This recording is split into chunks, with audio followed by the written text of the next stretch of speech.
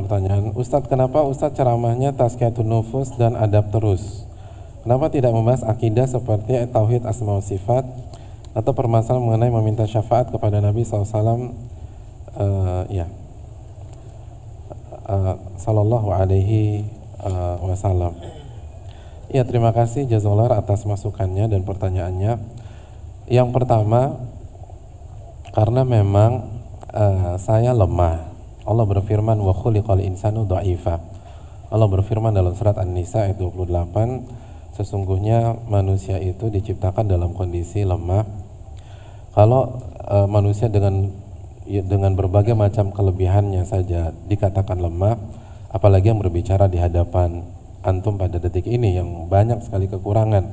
Jadi nggak mungkin saya mengcover semua materi yang ada di dunia ilmu. Pasti ada yang miss, pasti ada yang tidak terbahas, pasti ada yang kurang dan lain-lain. Karena kita semua lemah, kita semua terbatas waktu, tenaga, dan tentu saja ilmu. Contoh masalah ilmu, kita nggak boleh membahas masalah di mana kita bukan ahlinya di sana, bukan spesialisasinya di sana. Makanya Pak Syekh Sa'ad Asy-Syadzili mengatakan, kalau Anda ingin tahu apakah orang yang di hadapan Anda punya adalah apa tidak, karena kan nanti pekan depan kita akan bahas yang kita tanya, yang kita pelajari, dia harus punya dua sifat, sifat ilmu dan sifat adalah. Nanti kita akan jelaskan. Nah, gimana cara tahu dia punya sifat adalah? Salah satu cara yang simpel adalah Anda lihat apakah dia berani bicara di bidang yang bukan faknya, di bidang yang bukan keahliannya, di bidang yang bukan spesialisasinya. Kalau dia berani bicara, maka dia bukan adalah, kata Syekh Sa'ad. Jadi dia tidak memiliki sifat adalah, karena orang yang punya adalah dia nggak akan berani bicara sesuai di bidangnya. Itu poin. Dan kita semua sangat terbatas. Jadi jelas kita nggak bisa mengcover semuanya, dan itu kita akui. Dan jazakallahu khair atas masukannya. Itu yang pertama. Yang kedua, ketika orang mengakui dirinya lemah, maka dia harus buat skala prioritas. Karena dia nggak bisa ngerjain semua, ilmunya juga terbatas. Dia harus buat skala prioritas. Dan skala prioritas, khususnya bagi kita yang awam, khususnya ketika kita buka majelis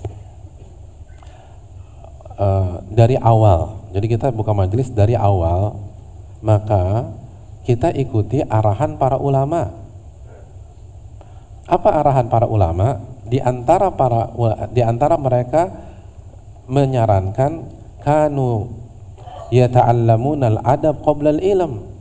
Ibnu Mubarak mengatakan para sahabat, para tabi'in itu belajar adab sebelum ilmu. Jadi kan kita berusaha mengikuti salafus saleh, kita berusaha mengikuti para ulama-ulama klasik. Nah, para salafus saleh mengatakan mereka itu belajar adab sebelum belajar ilmu, sebelum masalah-masalah yang pelik, masalah detail. Dan itu juga penjelasan Abdullah bin Abbas ketika mentafsirkan surat Ali Imran ayat 79. Itu poin yang kedua. Poin yang ketiga, sebagaimana yang sudah kita bahas, adab itu jangan dipikir adab makan saja, adab minum, adab bicara, karena adab sangat komprehensif. Al-Imam Ibnul Qayyim mengatakan bahwa agama ini semuanya adab, semuanya adab dan akhlak. Dan Al-Imam Ibnul Qayyim dan Ibnu Rajab, sebagaimana dalam Tahdhibus Sunan ya, mereka mengatakan adab itu kalau kita klasifikasikan terbagi menjadi 3. Yang pertama, adab kepada Allah atau akhlak kepada Allah. Yang kedua, akhlak kepada Rasul SAW. Yang ketiga, akhlak kepada manusia. Jadi jangan dipikir adab itu hanya sekedar santai dan seterusnya. Enggak, adab itu komprehensif. Dan yang pertama kali adalah adab kepada Allah Subhanahu wa Ta'ala. Jadi ketika kita belajar tentang adab, berarti yang pertama adab kepada Allah. Dan apa adab kepada Allah? Ya tauhid, ya asma wa sifat, dan seterusnya. Itu poin yang ketiga. Poin yang keempat, ketika misalnya kita belajar Tadhkiratus Sami, buku yang kita pilih pun di malam hari ini bukan pilihan kita kan. Siapa di antara antum yang kasih saran kita bahas buku ini aja Pak Ustadz? Nggak ada. Dan ini juga bukan ide saya. Ini arahan para ulama. Dan kita sudah bahas di awal-awal. Ini disarankan Syekh Bakar Abu Zaid. Ini disarankan Syekh Mubarak Furi. Ini disarankan oleh banyak para ulama sampai hari ini. Salah satu ulama besar Syekh Shalih Utsaimin, salah satu buku yang diajarkan di awal-awal ini Tadhkiratus Sami. Yang dibahas di awal-awal adalah Tadhkiratus Sami. Jadi dan juga ini juga nasihat juga dari Ibnu Qasim dalam kitabnya Dalil ala al-Mutun atau Dalil ilal Mutun al-Ilmiyah. Jadi ini nasihat dari para ulama, kita hanya ikutin saja. Terus yang berikutnya kan bertahap. Kita baru sampai bab 1 nih. Iya kan? Ini baru bab 1.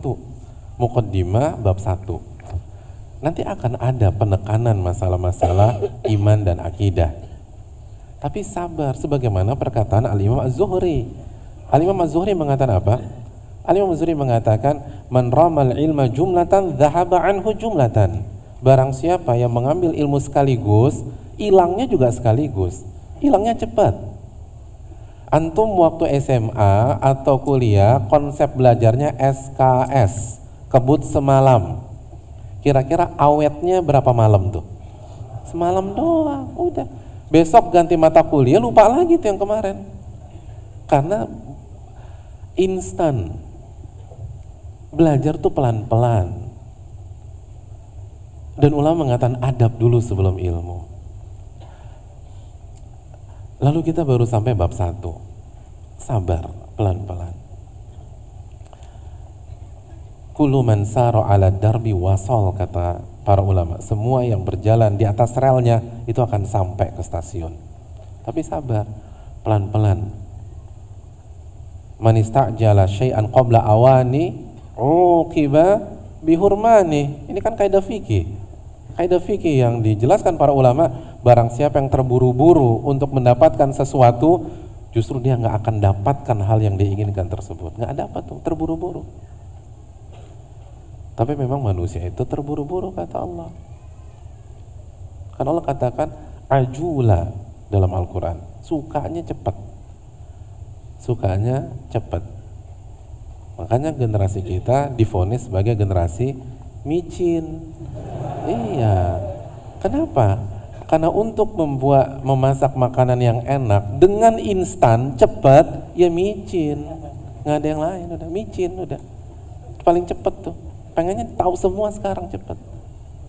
Para ulama dulu 20 tahun, 30 tahun. Karena tuh membaca, kita udah bahas Ibnu Mubarak untuk belajar adab aja pergi ke Ibnu Aun. Ibnu Aun jalan kaki. Jabir 1 hadis 1 bulan perjalanan. Semua instan tuh nggak bagus. Yang instan, yang buru-buru kejar sana kejar sini tuh nggak positif. Di samping ada ustadz-ustadz lain yang sudah mengisi pos-pos tersebut. Karena kan kita dakwah itu kan fardu kifayah, hadirin. Kita nggak boleh mengklaim paling ilmiah, paling sesuai kurikulum, enggak. Kita saling bersinergi. Nabi katakan yashuddu ba'duhum ba'du, saling melengkapi satu dengan yang lain. Ini penting. Dan hadirin yang dirahmati oleh Allah Subhanahu wa taala, dan memperbaiki hati, memperbaiki iman, memperbaiki adab. Kan tahunan ya. Tahunan. Kita sempat bacakan kan, Ustaz Cecep Hafizahullah kan sudah bacakan. Coba kita buka lagi. Ibnu Jama'ah mengatakan, in kana ar-rajulu la yakhruju fi adabin yaksabuhu sinina thumma sinin. Al-Hasan Al-Basri mengatakan seseorang melakukan safar untuk mencari adab, dan sekali lagi adab kepada Allah, adab kepada Rasul, sehingga dia bisa memilikinya, menguasainya. Itu tahunan kata beliau, sinina thumma sinin, tahunan tuh. Sabar.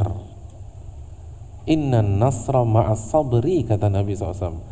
Kemenangan itu bersama kesabaran, gak bisa cepat-cepat.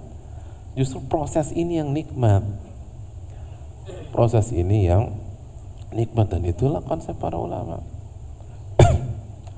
Bahkan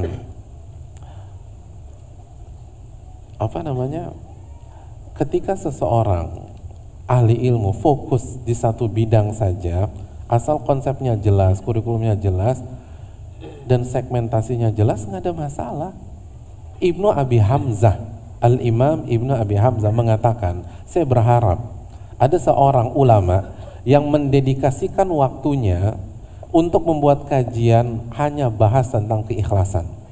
Hari Senin materinya apa mas? Ikhlas. Oh ada Ustadz Fulan ya hari Selasa juga, materinya apa? Ikhlas lagi. Hari Rabu ikhlas.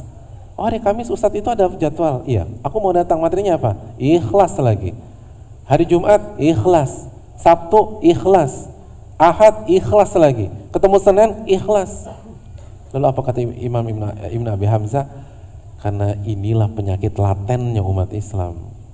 Jadi itu biasa di tengah-tengah para ulama, mengulang terus mengulang dan tidak membahas yang lain, asal itu tadi bersinergi. Dakwah itu bersinergi, bukan saling menjatuhkan atau mengklaim paling benar, paling sesuai kurikulum dan seterusnya. Enggak sama sekali. Kita saling mengisi pos yang masih kosong, karena dakwah itu fardu kifayah, dan kita akui kita masih banyak kekurangan. Jazakumullah khairan. Mungkin itu. Wallahu ta'ala bisawab.